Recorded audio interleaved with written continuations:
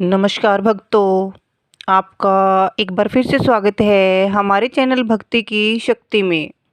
भक्तों, आज हम आपके लिए ऐसी कथा लेकर आए हैं जिससे आपको पता लगेगा कि इंसान की किस्मत कब और कैसे बदलती है।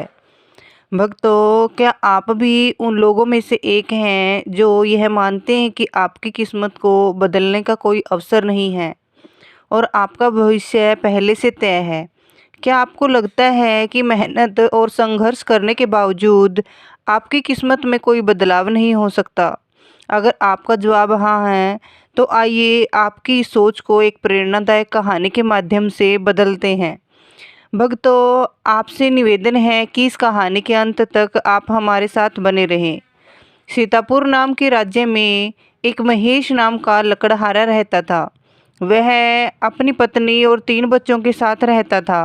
उस लकड़हारे के बेटे का नाम नकुल, जो उसका बड़ा बेटा था, मझले बेटे का नाम राजेश और सबसे छोटे बेटे का नाम गोपाल था।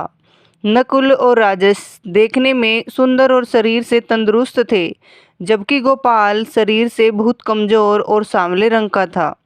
लकड़हारे के घर में उसके बड़े बेटे और मझले बेटे की ही चलती थी, क्योंकि वे दोनों सुंदर और तंदुरुस्त थे। उनके मनपसंद का खाना बनता और वो अपने मनपसंद के कपड़े पहनते थे। महेश और उसकी पत्नी भी अपने बड़े और मझले बेटे से अधिक प्यार करते थे। लकड़हारे का सबसे छोटा बेटा जो गोपाल था, उसे सूखी रोटी और फटे पुराने कपड़े पहनने के लिए दिए जाते थे, क्योंकि वह सांवले रंग का और दुबला पतला तथा कमजोर था। इसलिए उसे कोई प्यार नहीं करता था। उसने कभी भी अपने माता पिता और भाइयों से कोई शिकायत नहीं की। वह हमेशा अपने आप में मस्त रहता था।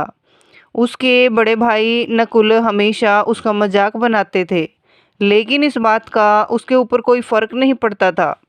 वह अपने दोनों बड़े भाई और माता पिता को बहुत प्यार करता था और उनका बहुत सम्मान करता था। महेश जंगल से लकड़ी काट कर लाता और बाजार में बेच देता। इसी तरह उसके घर परिवार का खर्चा बड़ी अच्छी से चल रहा था। एक दिन की बात है, महेश जो लकड़हारा था वह बहुत बीमार पड़ गया। महेश की बीमारी के कारण जंगल से लकड़ियां लाना और बाजार में बेचना बंद हो गया। घर में जो भी पैसा रखा था वह धीरे धीरे समाप्त हो गया। एक दिन महेश की पत्नी ने अपने सबसे बड़े बेटे नकुल को बुलाया और कहा, बेटा, तुम्हारे पिता की तबीयत खराब होने के कारण घर का खर्चा भी ठीक से नहीं चल पा रहा है। इसलिए अब तुम्हें जंगल में जाकर लकड़ियां काटनी होंगी और बाजार में बेचनी होंगी। इससे घर का खर्चा चलता रहेगा और तुम्हारे पिता का इलाज भी हो सकेगा। मुझे पूरा विश्वास है कि इस मुसीबत की घड़ी में तुम अपने परिवार का साथ जरूर दोगे।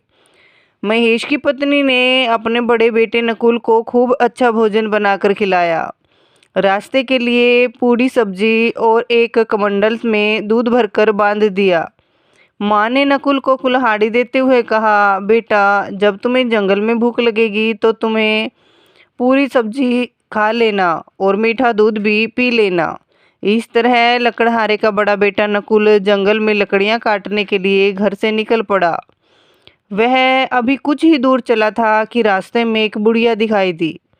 वह बहुत दुबली पतली थी। उसने नकुल को रोकते हुए कहा, बेटा, मुझे बहुत भूख लगी है। मैं कई दिनों से भूखी हूँ। तुम्हारे थैले में पूरी सब्जी और कमंडल में मीठा दूध है। बेटा, मुझ पर दया करके थोड़ा सा खाना खिला दो और मीठा दूध पिला दो। यदि तुम मेरी मदद करोगे तो ईश्वर भी तुम्हारी मदद करेगा। बुढ़िया की बात सुनते ही नकुल ने बड़ी बड़ी आंखें बनाते हुए कहा, हे बुढ़िया, तुम तो बहुत चालाक हो।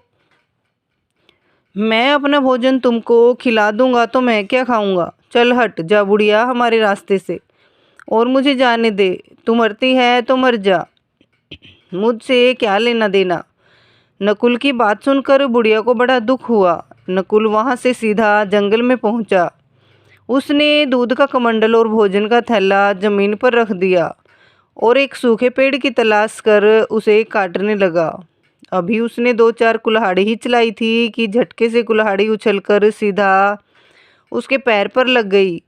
नकुल के हाथ से खून बहने लगा और उसके पैर से भी, क्योंकि उसके हाथ में ही कुल्हाड़ी लग गई थी। दर्द के मारे वह चिल्लाने लगा, लेकिन उस जंगल में उसकी मदद करने वाला कोई नहीं था। किसी तरह से वह अपने घर वापस लौट आया। माँ बेटे को देखते ही कहने लगी, मेरे बेटे को क्या हो गया? उसने नकुल की मरहम पट्टी की और उसे आराम करने को कहा। अगले दिन माँ ने अपने दूसरे बेटे राजेश को बुलाकर कहा, बेटा तुम्हारे पिताजी बीमार हैं और तुम्हारा बड़ा भाई जख्मी हालत में पड़ा हुआ है। अब ऐसे में तुम्हें ही जंगल में लकड़ियाँ लानी होगी। मुझे पूरा विश्वास है कि इस कठिन समय में तुम अपने परिवार का साथ दोगे। इस तरह माँ ने अपने बेटे राजेश को अच्छा भोजन बनाकर खिलाया। फिर जंगल में खाने के लिए उसके थैले में पूरी सब्जी बांध दी और कमंडल में मीठा दूध भर दिया। महेश की पत्नी ने राजेश के माथे पर हाथ फेरते हुए कहा, बेटा जल्दी से जंगल से लकड़ियाँ काटकर उन्हें बाजार में बेच कर आना। राजेश ने अपने कंधे पर कुल्हाड़ी रखी, हाथ में खाने का थैला लिया और जंगल में लकड़ियाँ काटने के लिए निकल पड़ा। अभी वह जंगल के किनारे ही पहुंचा था कि वही बुढ़िया उसे भी मिल गई। बुढ़िया ने राजेश को देखते ही कहा, बेटा मैं कई दिनों से भूखी हूँ, भूख के मारे मेरे प्राण निकले जा रहे हैं। तुम दया करके अपने थैले से मुझे थोड़ा सा भोजन खिला दो और तुम्हारे कमंडल में जो मीठा दूध है उसमें से थोड़ा सा दूध पिला दो। बेटा भूख और प्यास के कारण मेरा प्राण जा रहा है और भूखे प्यासे को खाना खिलाना और पानी पिलाना यह तो बहुत धर्म का काम होता है। यदि तुम मुझ जैसे गरीब बुढ़िया पर रहम करोगे तो भगवान तुम्हारी मदद करेगा। बुढ़िया की बात सुनते ही राजेश ने डांटते हुए कहा, चल हट जा हमारे रास्ते से। बुढ़िया प्यास से मरती है तो इसी समय मर जा। कौन सा तू हमारे रिश्तेदार और सगी लगती है जो मैं तुम्हें खाना खिलाऊं और दूध पिलाऊं? और इतना कहकर राजेश जंगल में एक सूखे पेड़ के पास पहुंच गया। उस सूखे पेड़ के पास राजेश अपना खाना और कमंडल जमीन पर रखकर उस सूखे पेड़ पर कुल्हाड़ी चलाने लगता है। अभी उसने 5-6 कुल्हाड़ी ही चलाई थी कि तभी एक कुल्हाड़ी उछलकर उसके पैर पे जा गिरी और उसके पैर से खून बहने लगा। दर्द के मारे वह चिल्लाने लगा, लेकिन उस जंगल में उसकी मदद करने वाला कोई भी आदमी मौजूद नहीं था। राजेश किसी तरह से अपने आप को संभालते हुए घर पहुंचा। लकड़हारा और उसकी पत्नी ने अपने बेटे को देखकर कहा, बेटा यह क्या हो गया? लकड़हारा कहने लगा कि किस्मत ने कैसा जाल फैलाया है। एक ही समय में मेरे दोनों बेटे और मैं खुद बिस्तर पर पहुंच गया। अब घर का खर्चा कैसे चलेगा? किसी तरह से रात बीती तो जो लकड़हारे का सबसे छोटा बेटा गोपाल था वह अपने माता पिता के पास पहुंचा और कहने लगा, पिताजी मैं भी आपका बेटा हूँ। इस समय मेरे दोनों भाई जख्मी हालत में हैं और आप बीमार हैं। अब ऐसी स्थिति में आप तीनों से घर का काम नहीं हो पाएगा। यदि आप मुझे इजाज़त दें तो मैं जंगल से लकड़ियाँ काटकर बाजार में बेच आऊँगा। गोपाल की बात सुनकर उसके माता पिता हंसने लगे और कहने लगे, अरे बेवकूफ़, जंगल से लकड़ियाँ काट कर लाना कोई आसान काम नहीं है। अपने माता पिता के मुख से ऐसे बात सुनकर गोपाल कहने लगा, पिताजी मैं शरीर से भले ही कमज़ोर हूँ लेकिन मुझ में हिम्मत है। मैंने अपने बुजुर्गों से सुना है कि जो हिम्मत करके आगे बढ़ता है भगवान उसकी मदद स्वयं करते हैं। लकड़हारा और उसकी पत्नी कहने लगे, बेटा तुम तो बेवकूफ़ी भरी बातें कर रहे हो। तुम्हारे शरीर में तो इतना जोर भी नहीं है कि तुम कुल्हाड़ी ठीक से चला सको और दिमाग में इतनी अकल भी नहीं है कि तुम बाजार में जाकर लकड़ियाँ बेच सको। लकड़हारा और उसकी पत्नी ने उसे बहुत समझाया, लेकिन वह अपनी जिद पर अड़ा रहा कि मैं जंगल जाकर लकड़ियाँ लाऊंगा और उन्हें बाजार में बेचूंगा। उसकी जिद देखकर गोपाल के माता पिता ने कहा, ठीक है, तू भी जंगल जाकर अपनी किस्मत को आजमा कर देख ले और अपने शौक पूरे कर ले। गोपाल जब कुल्हाड़ी लेकर अपनी माँ के पास पहुँचा तो उसे देखते ही लकड़हारे की पत्नी कहने लगी, अरे बेवकूफ़, क्यों जिद कर रहा है? जो काम मेरे दोनों बेटे नहीं कर सके वह काम तू क्या करेगा? लकड़हारे की पत्नी ने एक सूखी रोटी और कमंडल में थोड़ा सा पानी देते हुए कहा, जब तुझे भूख लगे तो इस सूखी रोटी को खाकर पानी पी लेना। इससे ज़्यादा तुझे कुछ भी नहीं मिलेगा, तेरा पेट इसी में भर जाएगा। माँ ने जहाँ अपने दोनों बेटे को नकुल और राजेश के लिए पूड़ी सब्जी और मीठा दूध देकर जंगल भेजा था, वहीं गोपाल को एक सूखी रोटी और पानी देकर जंगल भेज दिया। गोपाल बहुत खुश था।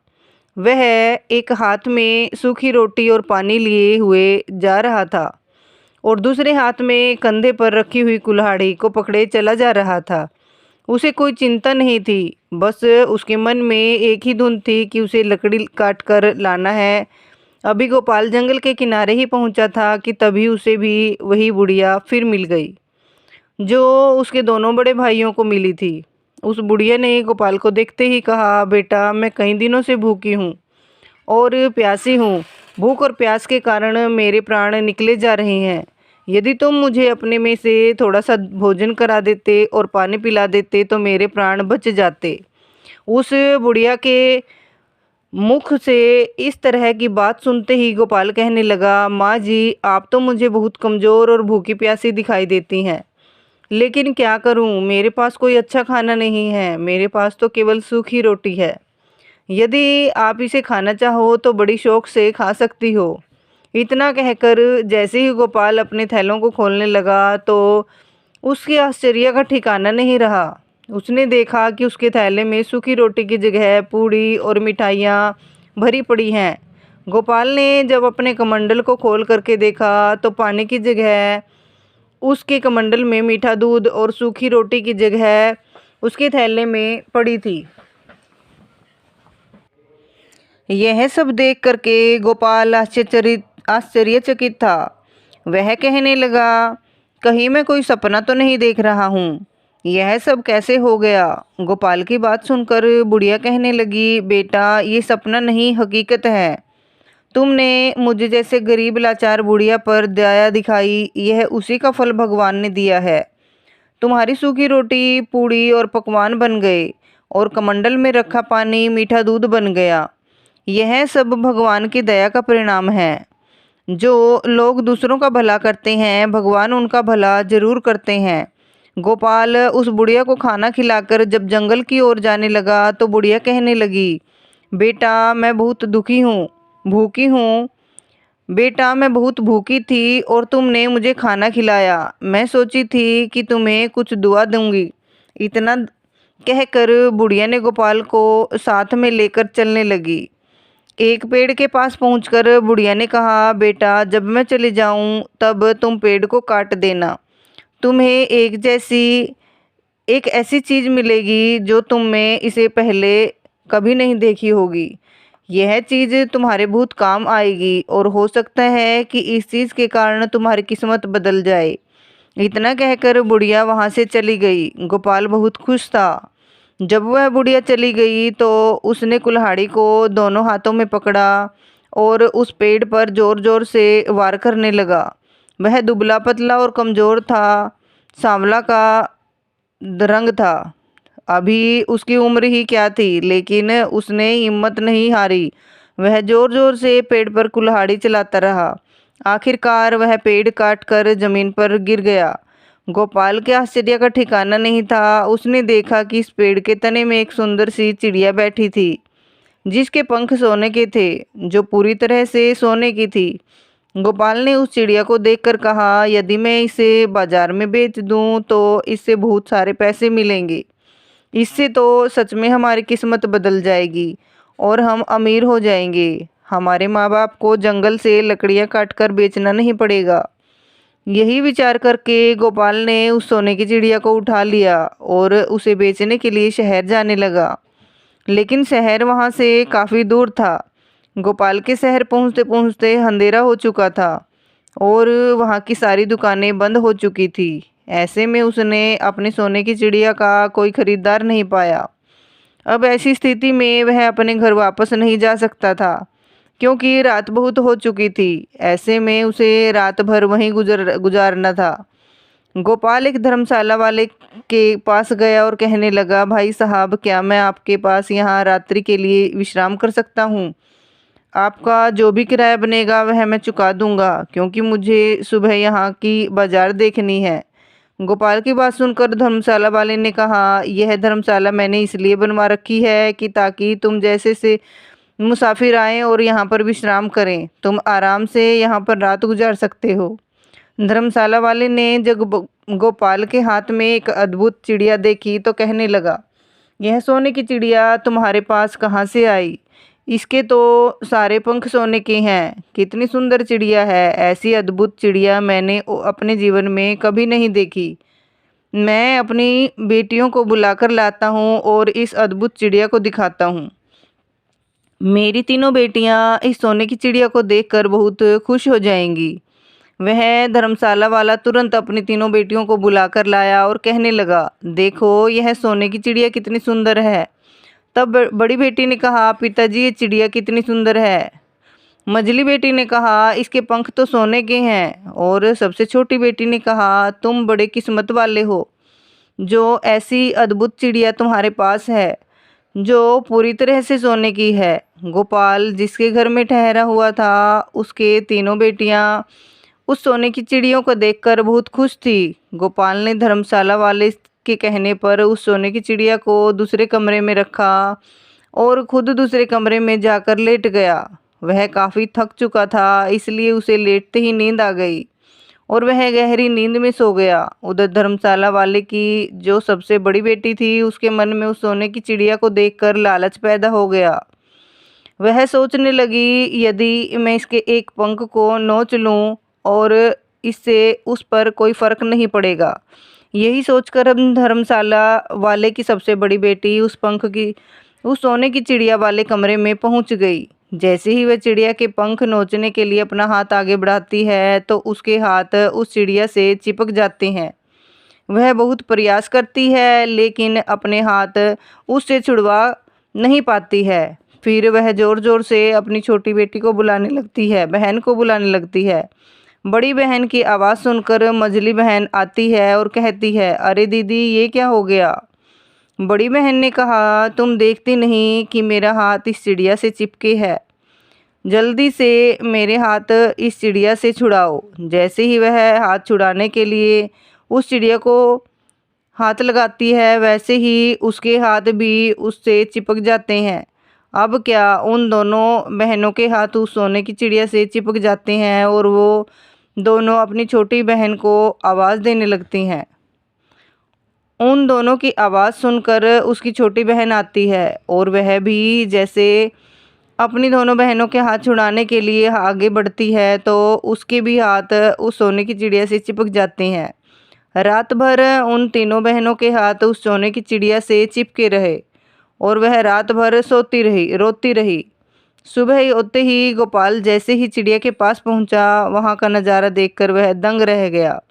गोपाल विचार करने लगा, जरूर इन तीनों ने इस सोने की चिड़िया को चुराने की कोशिश किया होगा, इसलिए इन तीनों के हाथ में इससे चिपक गए हैं। तभी वह धर्मशाला वाला भी वहीं आ गया और कहने लगा, अरे दुष्ट लकड़हारे, तुमने यह क्या कर दिया? तुमने देखते ही देखते नहीं कि मेरी तीनों बेटियों के हाथ तुम्हारी सोने की चिड़िया से चिपक गए हैं। गोपाल कहने लगा, इसमें मैंने कुछ नहीं किया है।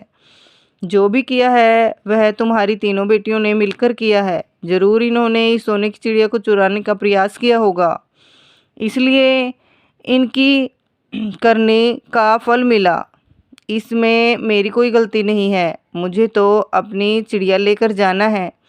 और इतना कहकर गोपाल अपनी चिड़िया को लेकर वहाँ से चल पड़ा। उसकी सोने की चिड़िया के साथ उस धर्मशाला वाले की 3 बेटियां भी चलने लगी, क्योंकि उन तीनों के हाथ उस सोने की चिड़िया से चिपके हुए थे। ऐसे में वह धर्मशाला वाला भी कुछ नहीं कर पा रहा था। जब गोपाल वहाँ से कुछ दूर शहर के बाहर निकला, तभी एक बूढ़े आदमी की नज़र उन पर पड़ गई। वह बूढ़ा आदमी धर्मशाला वाले की तीनों बेटियों को देख पहचान गया। वह सोचने लगा, यह लकड़हारा आखिर इन तीनों को लेकर कहाँ जा रहा है। तभी उस बूढ़े आदमी ने आवाज़ लगाई, अरे बेटे, तुम इन तीनों लड़कियों को लिए कहाँ जा रहे हो? रुक जाओ। जब गोपाल ने उसकी किसी बात पर ध्यान नहीं दिया और वह चलता रहा, तभी दौड़कर वह बूढ़ा आदमी उन लड़कियों को छुड़ाने के लिए जैसे ही उस लड़की को अपना हाथ लगाता है, वह भी उनके साथ चिपक जाता है। तब वह कहने लगा, यह क्या हो गया? मेरा हाथ कैसे चिपक गया? मुझे छुड़ाओ। इस तरह से वह ज़ोर ज़ोर से आवाज़ लगाकर चिल्लाने लगा। तभी वहाँ से एक राहगीर गुजर रहा था।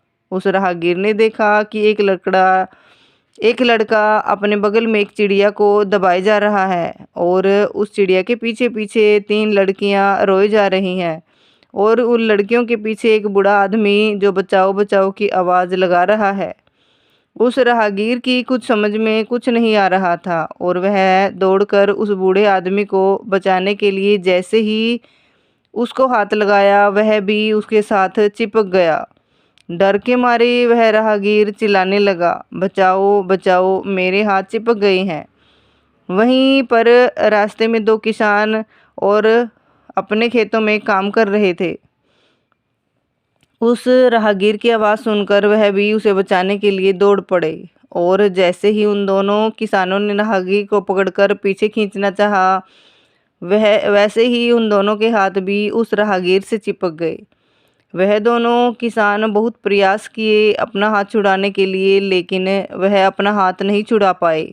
फिर एक मजबूर होकर पीछे पीछे चलने लगा।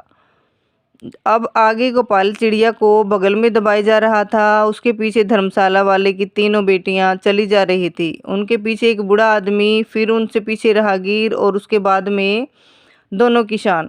कुल मिलाकर 7 आदमी उस लकड़हारे के बेटे के पीछे पीछे चल रहे थे, क्योंकि उस चिड़िया ने उन सबको जकड़ रखा था और वहीं सब बेबस होकर पीछे पीछे चले जा रहे थे।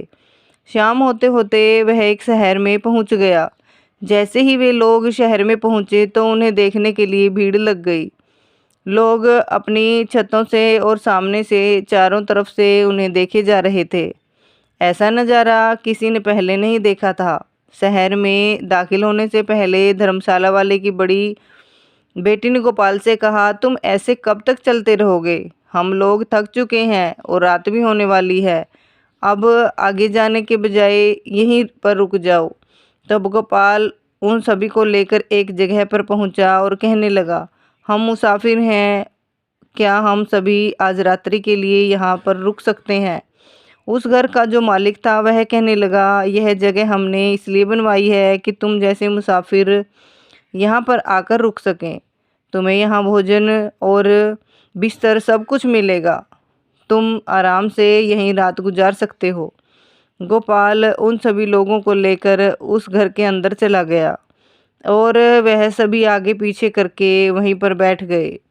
उन सभी को देखकर उस जगह का जो मालिक था वह कहने लगा, तुम्हारा यह काफिला तो बहुत अनोखा है। ऐसा लगता है कि तुम यहाँ अपनी किस्मत आजमाने और राजकुमारी को हंसाने के लिए यहाँ पर आए हो। उसकी बात सुनकर गोपाल कहने लगा, राजकुमारी को हंसाना, इसका क्या मतलब है? मैं कुछ समझा नहीं, मुझे साफ साफ बताओ। गोपाल की बात सुनकर उस जगह का जो मालिक था वह कहने लगा, हमारे राजा की जो बेटी है वह हमेशा उदास और गुमसुम रहती है। उसके चेहरे पर आज तक किसी ने मुस्कान नहीं देखी है। राजवैद्य ने कहा, राजकुमारी की यदि ऐसी स्थिति रही तो राजकुमारी बीमार पड़ सकती है और उसकी जान भी जा सकती है। इसलिए राजा ने ये घोषणा करवा दी है कि जो भी व्यक्ति राजकुमारी को हंसा देगा उसके साथ राजकुमारी का विवाह कर दिया जाएगा। जब से राजा ने घोषणा करवाई है तब से कई लोग अपनी किस्मत आजमाने के लिए आ चुके हैं, लेकिन कोई व्यक्ति आज तक सफल नहीं हो सका जो राजकुमारी को हंसा सके। गोपाल उस जगह के मालिक की बात सुनकर रात भर बेचैन रहा। वह सोचता रहा, मेरे साथ तो अनोखा काफिला है, हो सकता है इसे देखकर राजकुमारी हंस पड़े और मेरा राजकुमारी के साथ विवाह हो जाए और मेरी किस्मत बदल जाए। सुबह होते ही उसने अपनी सोने की चिड़िया को बगल में दबाया और उस काफिले को साथ में लेकर राजमहल की ओर चल पड़ा। जैसे ही गोपाल राजमहल के मुख्य दरवाजे पर पहुंचा, सब पहरेदार ने देखते ही कहा, वाह भाई, तुम्हारा ये काफिला तो बहुत ही अद्भुत है। इसे देखकर लोग लोटपोट हो जाएंगे और मैं जान गया हूँ कि तुम यहाँ पर क्यों आए हो।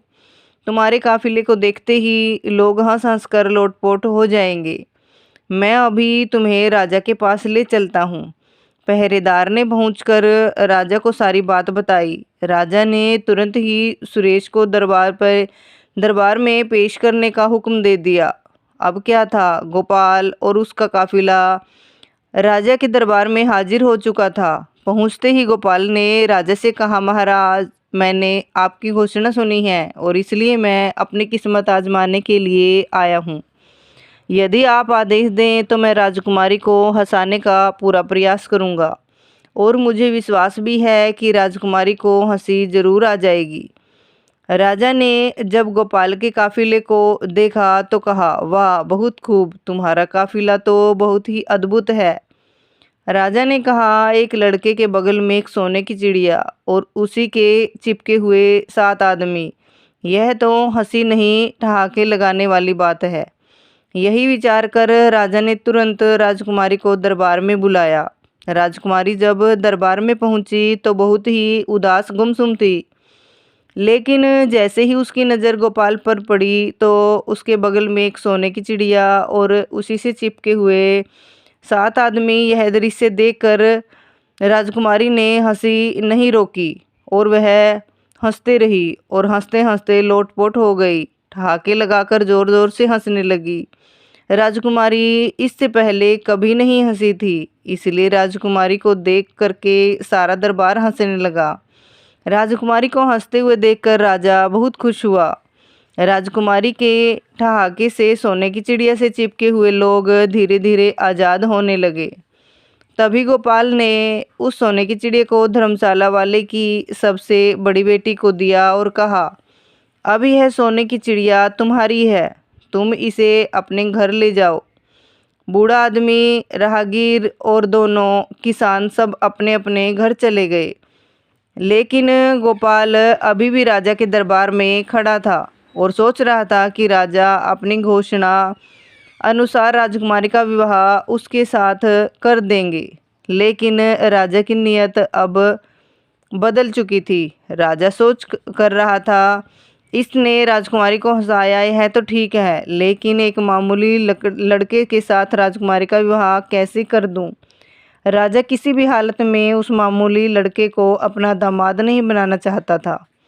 अब राजा ने एक उपाय सोचा जिससे राजकुमारी का विवाह गोपाल से ना हो सके, और उधर गोपाल राजकुमारी के साथ विवाह करने के लिए बहुत ही उतावला हो रहा था।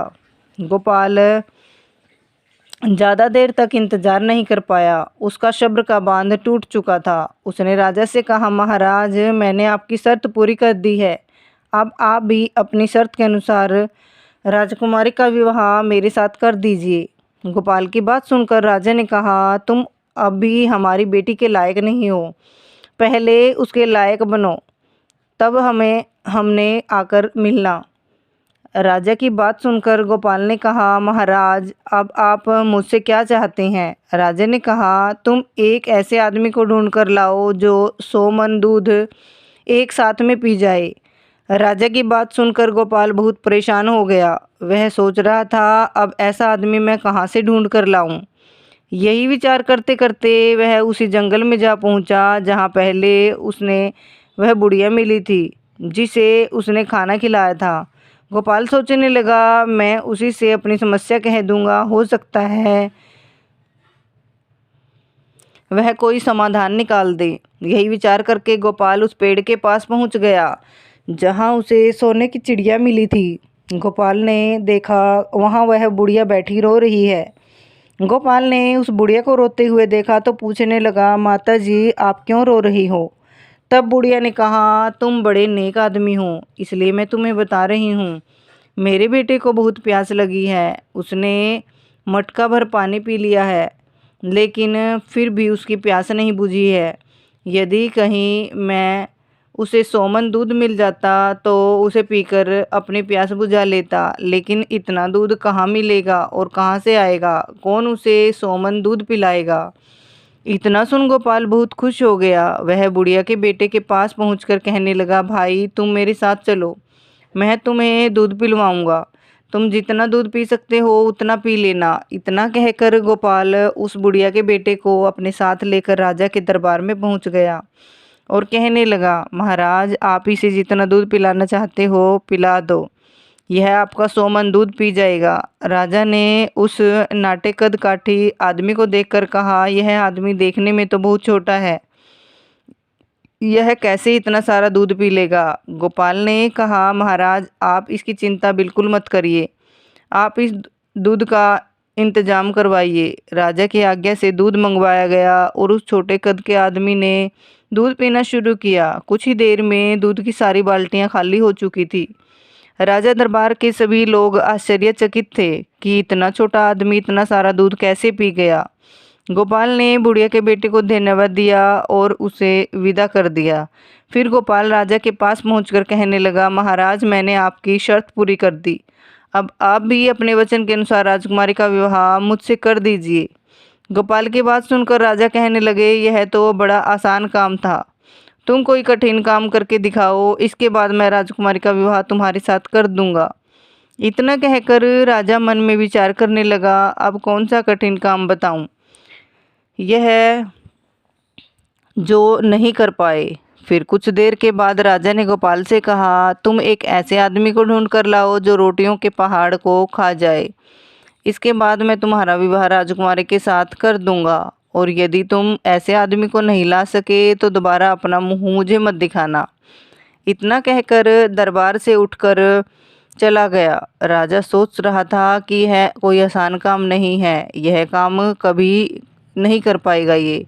गोपाल बहुत परेशान हो गया। वह सोच रहा था, राजा ने तो उसे आज नई समस्या खड़ी कर दी है। गोपाल ने सोचा, मुझे वहीं पर जाना चाहिए जहाँ पर मुझे वह सोने की चिड़िया मिली थी। यही विचार करके गोपाल फिर उसी समय उसी जगह पर पहुंच गया। गोपाल ने देखा कि वहाँ एक आदमी बैठा हुआ था, रो रहा है। जब गोपाल ने उसे रोने का कारण पूछा तो उसने कहा, मैं इस जंगल के सारे फल तोड़कर खा चुका हूँ, लेकिन मेरी भूख शांत नहीं हो रही है। यदि कहीं 400 मन खाना मिल जाता तो मेरा पेट भर जाता, लेकिन इतना खाना कहाँ मिलेगा और कौन लाकर मुझे देगा? गोपाल उसकी बात सुनकर बहुत खुश हुआ और कहने लगा, तुम मेरे साथ चलो, मैं तुम्हें भोजन करवाता हूँ। गोपाल उस भूखे आदमी को लेकर राजा के दरबार में पहुँच गया और कहने लगा, महाराज आप रोटियां बनवाएं, यह आदमी बहुत भूखा है, यह रोटियों के पहाड़ को भी खा सकता है। राजा ने राज दरबार के सारे आटे की रोटियां बनवाई और रोटियों का पहाड़ लगा दिया। वह भूखा आदमी इतनी सारी रोटियां देखकर खुशी से नाचने लगा। फिर उसने रोटियां खाना शुरू किया और धीरे धीरे एक एक करके सारी रोटियां समाप्त कर दी। दरबार में बैठे हुए लोग आश्चर्यचकित थे। राजा और दरबार के सभी लोग और राजकुमारी भी हैरान थी कि इतना छोटा आदमी इतनी सारी रोटियां कैसे खा सकता है। उस भूखे आदमी ने कहा, यदि रोटियां और हों तो लेकर आओ, अभी तो थोड़ी सी भूख बाकी है। गोपाल उसके पास पहुंचा और धन्यवाद देते हुए कहा, आज मैं तुम्हारी वजह से राजा की शर्त को पूरा कर पाया हूँ। इसके बाद गोपाल राजा के पास पहुंचा और कहा, महाराज मैंने आपकी शर्त भी पूरी कर दी, अब आप अपने वादे के मुताबिक राजकुमारी का विवाह मेरे साथ कर दीजिए। गोपाल की बात सुनकर राजा ने कहा, लगता है तुम बहुत जल्दी में हो, अभी तुम्हें एक काम और करना होगा। तुम्हें मुझे जहाज ला कर दो जो हवा, पानी और ज़मीन तीनों पर चलता हो। यदि तुम ऐसा जहाज लाकर मुझे दोगे तो मैं समझ जाऊंगा कि तुम राजकुमारी के लायक हो। जब तक तुम्हें ऐसा जहाज ना मिले तब तक दोबारा हमारे पास मत आना। राजा की बात सुनकर गोपाल वहां से चला गया। राजकुमारी ये बातें सुन रही थी। गोपाल के चले जाने पर राजकुमारी ने राजा से कहा, पिताजी यदि किसी से वादा करो तो उसे निभाना चाहिए, आपने उस आदमी के साथ बहुत गलत किया। राजकुमारी की बात सुनकर राजा कहने लगे, मेरी प्यारी पुत्री, तुम इस मामले में बिल्कुल चुप रहो। मैं तुम्हारा विवाह उस व्यक्ति से करूंगा जो तुम्हारे लायक होगा। मैं इस साधारण आदमी को अपना दामाद नहीं बना सकता। राजकुमारी अपने पिता की बात सुन करके अपने कक्ष में वापस चली गई। उधर गोपाल बहुत परेशान था। उसे समझ में नहीं आ रहा था कि अब वह क्या करे। राजा की अजीब शर्त वह कैसे पूरी करे। यही सोचते सोचते गोपाल उसी जंगल में पहुंचा जहां कभी उसने बुढ़िया को खाना खिलाया था। गोपाल को उदास देखकर बुढ़िया ने पूछा, बेटा क्या बात हुई? आज तुम बहुत उदास दिखाई दे रहे हो। गोपाल ने सारी बात बुढ़िया को बता दी कि उसके साथ क्या क्या हुआ। सोने की चिड़िया का मिलना, राजकुमारी का हंसना और आज की सारी बातें। गोपाल ने कहा, माता जी, अब राजा ने कहा है कि मैं ऐसा जहाज लेकर आऊं जो पानी, जमीन और आसमान तीनों पर चलता हो।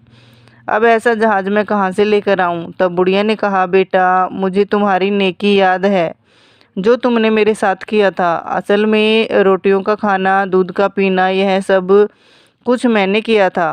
अब मैं तुम्हें एक ऐसा जहाज बनाकर दूंगी जो हवा, पानी और ज़मीन तीनों पर चलता हो।